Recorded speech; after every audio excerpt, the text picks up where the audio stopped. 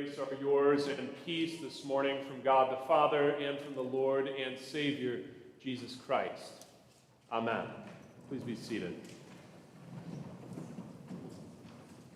There's a list and a protest at the end of that second reading if you want to open up your bulletin there and look at what Paul says in the first person, what he says about himself and about his own life. And the list is easy enough to understand. We'll run through it in a second, but the protest is harder to grasp. Can it really be possible that someone who wrote such a large percentage of the New Testament, someone who, if you look at the book of Acts, which he did not write, is so central to what happens there in the spread of the church, can it really be that he is who he says he is, the least and the last and the lowest of Christ's apostles? Now, our church is not as old as the Christian church generally. We're not the Church of Jerusalem, but we are this year. Redeemer is 125 years old. And one of the pleasures of my job is knowing names stretching almost all the way back, or at least stories about people whose names people can scarcely remember, going back that far. Some of you have a connection to all 125 years. I am among those who, like Paul, came late to that 125. But some of those names, though well known, maybe down to today, are alongside many more that, pivotal at one time or another, built this or did that or served in this way, are now forgotten. Paul has a list like that, and I want to challenge you to see if in that list, maybe if we made a similar list stretching all the way back to Redeemer's beginnings in 1900, we could come up with 13 names. Paul has spotted you one out of the 12. You've got Cephas. Probably another one you could remember out of Paul's list. Maybe if we made a Redeemer list, you'd get more. But can you name all 12 of Jesus' original apostles? You've got Cephas, and I'll give you Judas because he doesn't actually count, although he was originally one of the 12. Think if you think of maybe you've got John in your mind or you've got James. Did you think of Thaddeus? Did you remember to include in your mind's eye Bartholomew? Maybe you forgot about some of those guys. Did you get Judas, the one who's not Iscariot? And can you make a similar list for Redeemer's history? Because generally in our lives, the things that connect us to Christ are connected through some person. It might be our parents who brought us to baptism. It might be somebody who invited us to church. It might be a pastor here or there, perhaps. But we're connected through names.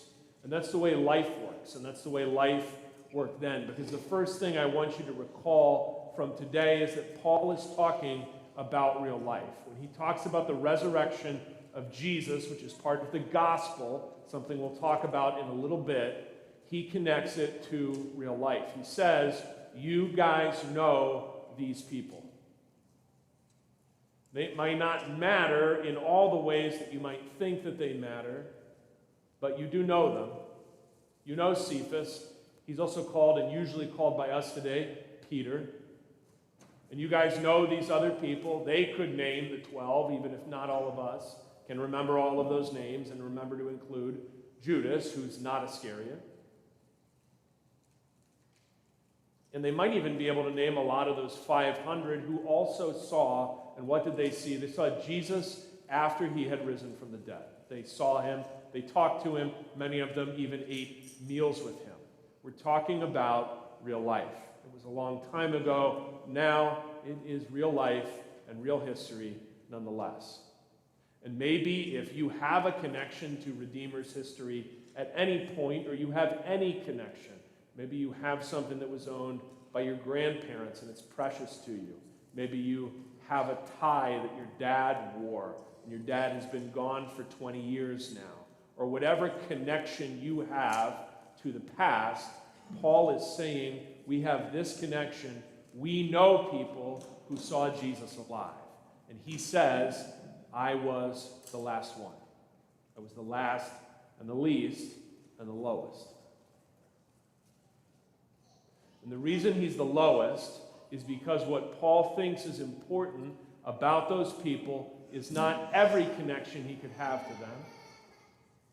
Because what's remarkable about knowing about 125 years of the same congregation is that I know some things, especially about the list of men in the hallway. If you take a look at that between the church office and my office, some of those guys, I might know things about them because some of them went on to do many things after they were here that perhaps you don't know. But it's possible that you sitting here, your ancestors were baptized or taught or confirmed by some of those men whose names are now forgotten to almost all of you. Most of what is important about a human life is known and remembered in the end, let me be very clear with you, only by God. That's why the work that we do in the Lord and the work that Paul is doing in the Lord, that he talks about at the end of this reading, its importance, its true significance, the true beauty of it, the true power of it, is known only by the Lord who sees and remembers all these things, even when the people who remember, Pastor Walker, you can raise your hand if you want to, I'm just quizzing you right now, Pastor Walker, are completely forgotten by everyone in the church where he used to be the pastor. Pastor Borneman, I'm just naming people who went on to be so-called higher-ups in the church. They were district presidents. That's like the level above me, okay? For those of you who are new to this. Nobody really remembers. I know who they were. Pastor Steckholtz, more of you will remember that name for sure. He knows who they are because he wrote a whole book on the history of these things. What I'm suggesting to you is if you want something significant in life, you need to get it from God. Because being remembered by people and loved by people, even that has an expiration date on it. Nobody remembers all that Paul did. Nobody remembers all that Peter did. Some people might even forget that his name before it was Peter was Cephas, so when we read it, you might not even have recognized who that was. Their sense of what's real, what's worthwhile, what's powerful, what's worth, in Paul's case or in Peter's case, sacrificing your whole life to, all of that rested not in what people thought of them, not in how many people remembered them, but in the gospel. The stakes, therefore, of what the gospel is are extremely high. Because when Paul talks about believing in vain, he's going to go on, if you read a little bit more of 1 Corinthians 15, maybe this evening with your family or at different times during the week, he's going to say, guess what? If Jesus is not risen from the dead, all of this is in vain. He's not just talking about church. He's talking about life. He's talking about what life is for and what gives life meaning. Because if all we're going to do is live and then die, it doesn't really mean a whole lot, does it? You get to enjoy certain things for a certain time, and then after you've enjoyed those and you've gone to wherever you go, who knows if it's in vain, then some people remember you for a certain time, and then that's gone too.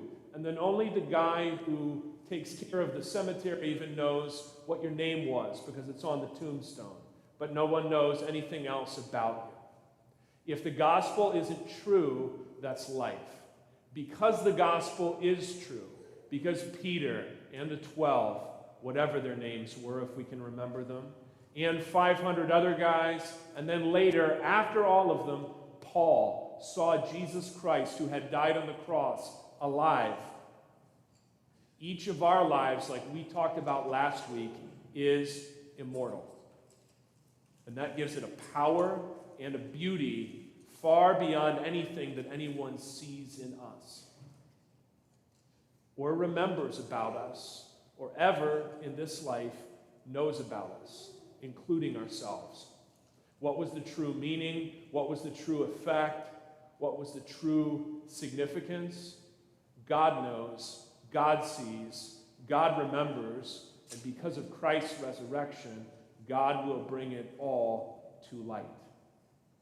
That's why the gospel matters so much, because everything hangs on it. So let's define that. What is a gospel?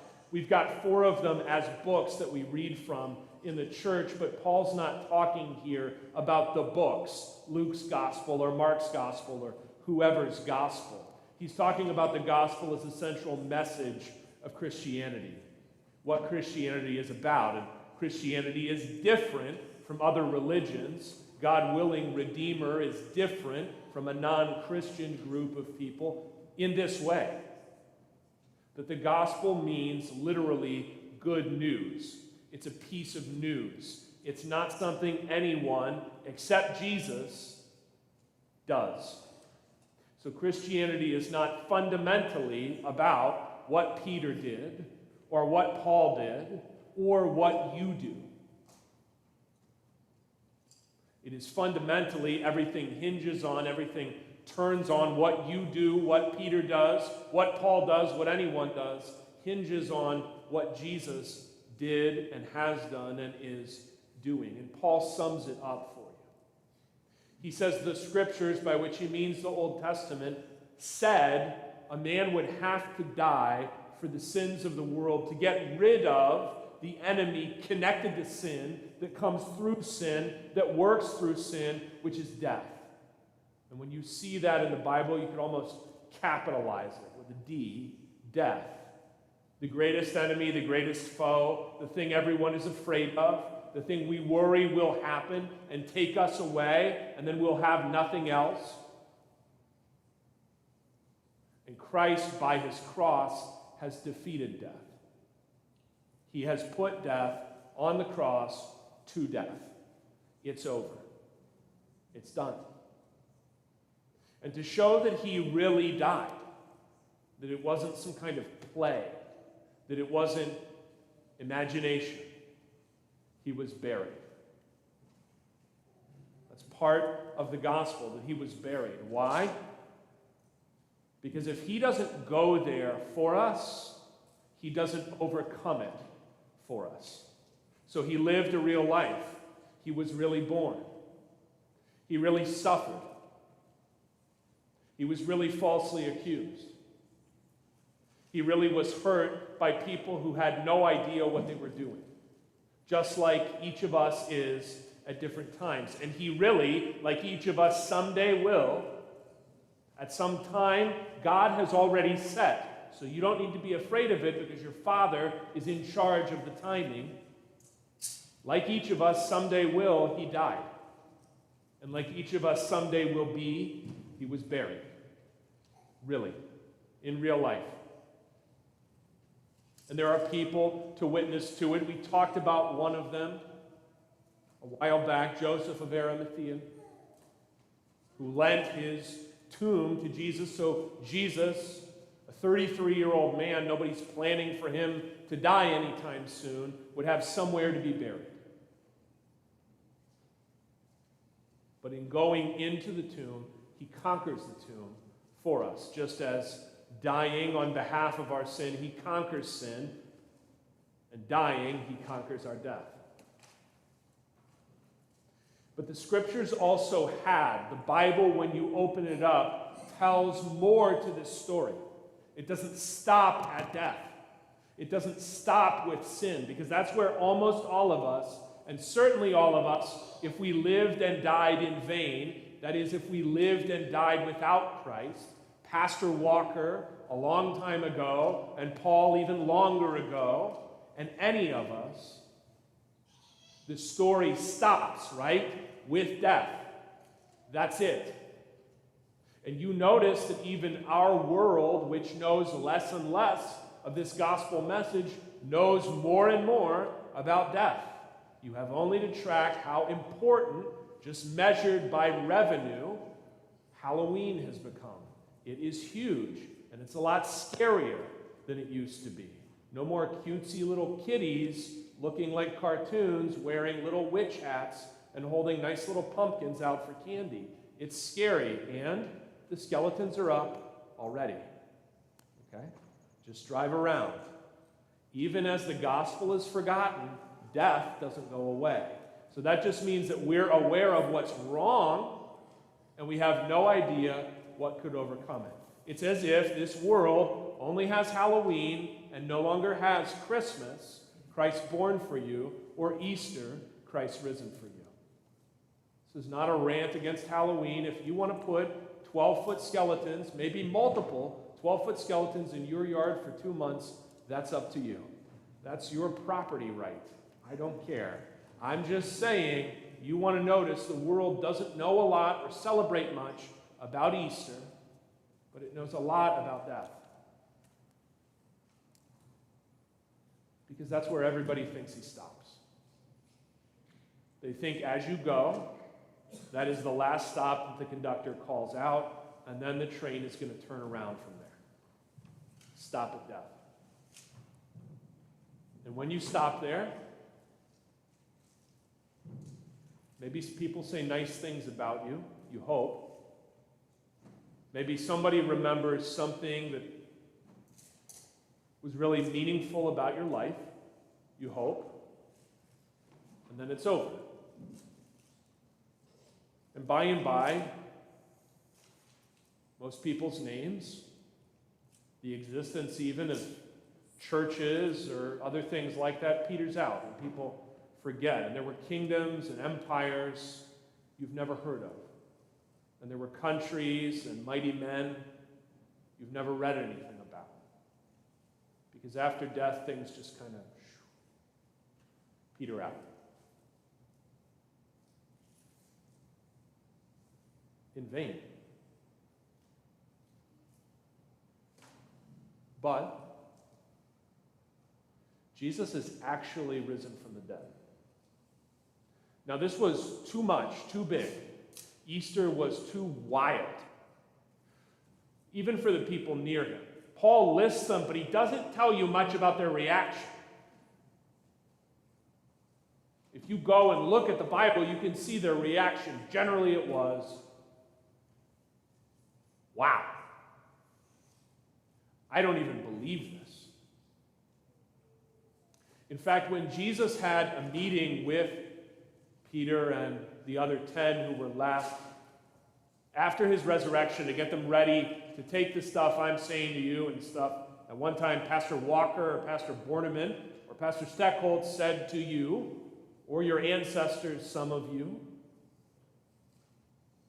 he was getting them ready. You'd think these guys, they got 3 years of this, they're ready to go.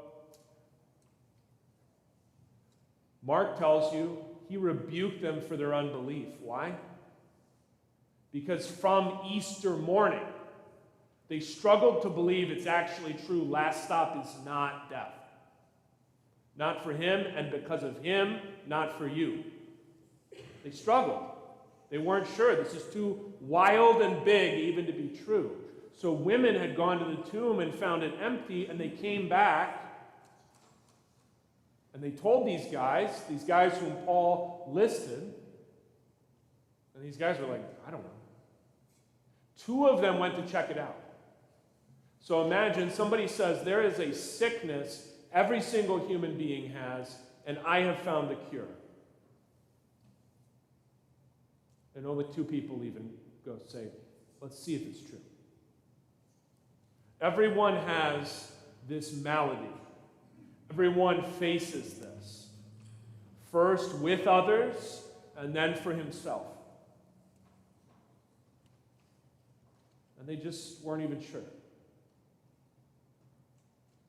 And when they would see him at different times during the 40 days when the events that Paul relates, except for Paul himself, were taking place, the time between Easter and Ascension, again, another holiday I don't see a lot of decorations for, though the whole world works the way it does, because Jesus is sitting at the Father's right hand, ruling everything for the good of his church, also Redeemer for 125 years, the Ascension. Not a big holiday for most people. I don't see Ascension decorations flying up in people's front yards in the spring.